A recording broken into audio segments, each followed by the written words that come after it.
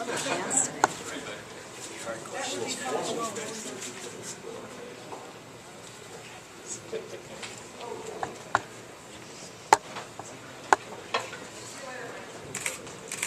They take things more seriously in Utah than some other cities, and that's good. Actually, I'm in town because I'll be speaking at the Governor's Sports Luncheon tomorrow, which is focusing on, I think, a wealth of talent at all levels of Utah athletics. And at the same time, there's an award for Larry Miller and the Miller family for what they've meant to Utah. And, I had my choice. I could come to, today's game or Friday's game. In conjunction with that, I picked today. Here I am, and we're going to get to see some good basketball, I'm sure. It's a very important game for both teams. If you're from the Phoenix media, you've heard my spiel when I was in Phoenix last week, so it's the same old stuff. But to the folks in Utah, it's been a great season. We're up in every metric that we measure ourselves by. We're having really good races in both conferences, and we're feeling really good about our collective bargaining agreement. Not only were we able to honor all of our players' contracts and not reduce any of them, which has been the result of some other sports lockouts, but we were able to continue forward with them, those contracts in place, and a robust, in our view, 50% of revenues to the players, but at the same time reducing our payment to the players by 12%. That's a big reduction in any business, and it's going to make our business more profitable and more desirable. We're really pleased with shortening the length of contracts to 4 and 5 years. We think that risks attendant to 10-year contracts to 30-year-old players is obvious on its face, but that's where competition drives us. And for us, if you sign your player to a 5-year contract, or you sign someone else's player to a 4-year contract, then at the end of that, that's what we call aligning pay with performance. You sign them up for another 5-year contract if you can do it, and you haven't been pressed to do something that would be imprudent. And we think that the taxpayer status, which is going to mean that you have to pay a huge enhanced luxury tax, and you're not going to be able to have a regular mid-level exception, is going to cause teams to think really hard about whether they want to make that plunge. And the $30 million overage winds up costing you $100. I think even the most wild spending owner, or what otherwise would be a wild spending owner, will take pause and will think twice. So when you add that sort of leveling of the playing field competitively with leveling the economic playing field by enhanced revenue sharing, we think that we're going to have a very compelling league going forward. It is already, but it's going to stay there. It's going to allow so-called small market teams to compete at the same level, and it's going to make us even more compelling, and it's going to raise our franchise values. So we're feeling pretty good about that. Are there any questions? What are your reflections about Larry Miller's past year? I would say that having lived it with him, he decided that this team was going to be a community asset. It was not about the profit. It was about the community. And that was true. When he built, I've said it before, when he built what was then the Delta Center, he knew that he was cementing, and I do mean with cement, the bond between the team and the community, foregoing enormous profits of large amounts of money if the team had been considered for moving anyplace else. But Larry would hear none of it, and he set a tone for, and he didn't talk about it a lot, and I loved him for that too. It was just his way of doing it. I come to Salt Lake City citing the Talmud. The best kind of charity is the one where people don't don't know that you're the recipient of the charity. Better one than that is you don't know what you're giving it. But Larry just wanted this to be a community asset. He didn't go around patting himself on the back about it. He really stepped up and did it. And everything the Jazz did was about the community. And I had a great deal of admiration and respect for that. Can you reflect on how the new CBA benefited a small market franchise like the Jazz specifically? Well, the reality now is that with the tax being as high as it is, we're going to have a lot of teams that are going to go up to the tax, but not fall over it by more than just a skosh. That means that teams with cap room, and everyone's looking at seeing about expiring contracts, have the ability to go pick off some players and sign free agents that teams that have moved up to the cap room can do. They're going to have the money to do it because if they're not large grossing, there's going to be revenue share with them. And they're going to be, I think, in a very interesting and improved competitive situation. We've taken the edge away for people who could just throw money. I was just in an interview with, it was played back to me that Mark Cuban had said that under the old deal, he could just throw money at things. He could stockpile players, use exceptions, do all kinds of interesting things. But now, if you are a taxpayer, you can't acquire a player by sign and trade. That's the way our teams used to ride the cap. You know, you can't have the old full mid-level exception, and it's going to cost you a small fortune to spend a lot of money on the tax level.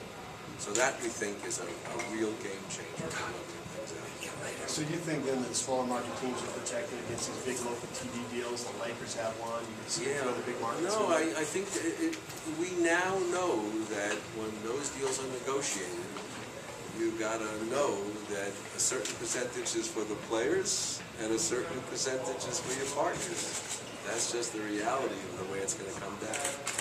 That because those big deals raise the cap for everybody, and there's going to be an effect. I'm not calling it a tax, but there's going to be an impact that those deals have, and that impact has to be compensated for by revenue sharing. And so we think we have a very complex and difficult to administer. It's almost as difficult, more difficult to administer than it is to understand, and it's not easy to understand. But we think it's exactly on the right track. Do you think the new collective bargaining agreement will end, I don't know if I want to call it a tradition, but what the Heat and the Knicks did where they cleared cap room and then went after big time free agents? No, not yet to do that. Because if the Utah Jazz or the New Orleans Hornets decide they want to clear cap room and go after free agents, they'll do it too. So it's not limited. Or the league is not tilted to the large markets. It's tilted to any market that has accumulated very valuable cap room. It's about cap room, and it's about not getting into the higher end of the tax. And together with revenue sharing, what I say is that over the years, let's say in future rather than looking back, if your team doesn't make money and it isn't competitive on the court the way it should be, or the fans would like it to be, it's about management decisions and nothing else. In your mind, has a compressed schedule affected the quality of play this season? I'd say it's in some cases where a player would normally sit out a game and then have a day of rest and set out another, and then he would play the next game. But if that day of rest is one of those days that has a game scheduled, he misses 2 games. And so that's the reality. But we think it was a fair trade-off to have a 66-game season because, if we went the other way, the question would be, what do I think about the fact that we only had a 50-game season? Isn't it horrible, and shouldn't there be an asterisk? So it's a lose-lose no matter what, but we're very happy that we got a 60-game season, and our fans are accepting it as well as they have. So were you joking when you said that was your last collective bargaining negotiations? Will it really be gone by the time this comes You around? bet. You bet. It's got a 6-year reopener, and I'm not planning to be here. So it's between 0 and 6. I'll keep you advised. You said during All-Star Week, and you would meet with the owners and kind of, talk to them about silver and however successfully have you moved forward with that at all? No, or- no, but we have a meeting next week. I'm gonna tell them that I'll give them a yearly report. I'll give them this year's report, and then I'll tell them to give them a report next year as well. You've talked about expanding to Europe. Do you think that's something that can happen on your watch, or is that Nope, something for the I next don't. commission? I'm gonna promise so much for the next commissioner. 5 teams in Europe, 5 teams. Why start with 1? We're gonna have a division sometime within a 10-year time frame. They'll play in one conference one year, another conference the next year. They'll play in spanking new buildings. They will have countrywide TV deals, and they will have an imprint on the NBA being a truly global sport, and I'm sure my successor will be able to bring it forward. With some of the back and forth with Sacramento and the Maloofs, are you still as confident as you were during All-Star Weekend that that deal will get completed and Sacramento will keep its team? You know, I'm more hopeful than I am confident. I'm hopeful because the city of Sacramento has, between last meeting and this, has been responsible for responding on a sponsorship basis, on a ticket basis, and on allocating $250 million or so for a new arena. And basically, a week, it's today Wednesday, in a week, our owners will be coming in for meetings next Thursday and next Friday.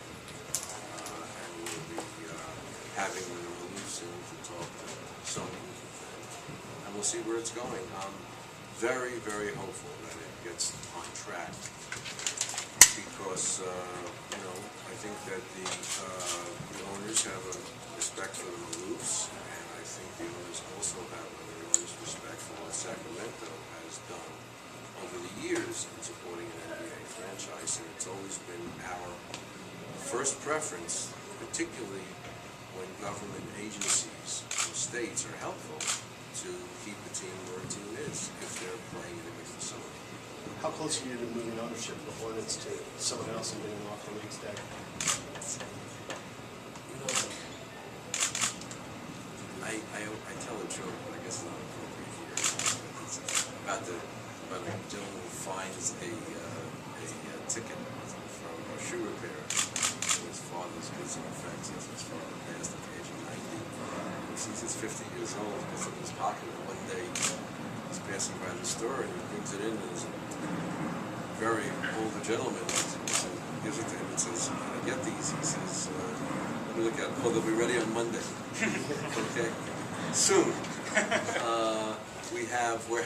We're having intense negotiations with 3 different groups, and it remains my hope to tell the owners next week that we're very close, at the verge of, or maybe just have made a deal for New Orleans that will keep the team in New Orleans, that will have a very favorable lease, important capital improvements, intense tax benefits, and a new TV deal to boot that allows the team to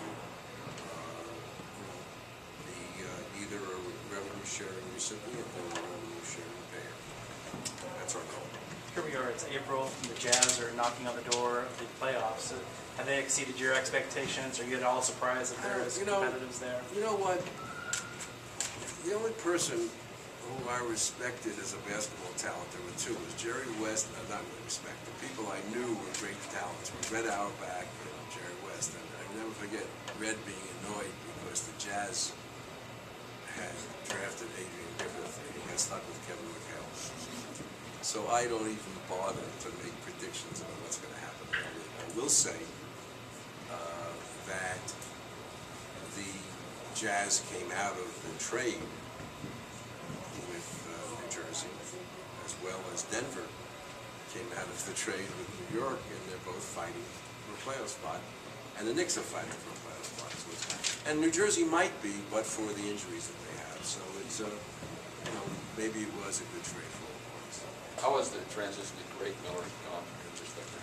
I think, I overused the word, and I've used it before, it's been seamless. I think there's such a strong set of values here strong tradition of support for the basketball operation, a strong support for the community, that it just wasn't an issue. And I do know that Larry, literally down to the end, was engaging in tutorials, really, or discussions, or important philosophical discussions, so that the family had a pretty darn good idea of what he wanted to do, but it was almost not necessary because he lived it by example, and I think everything fine. And I think that on a little bit of the activities in the flurry of last year, I think some fans might have been concerned, and that I think reflected itself in some early sluggishness in renewals.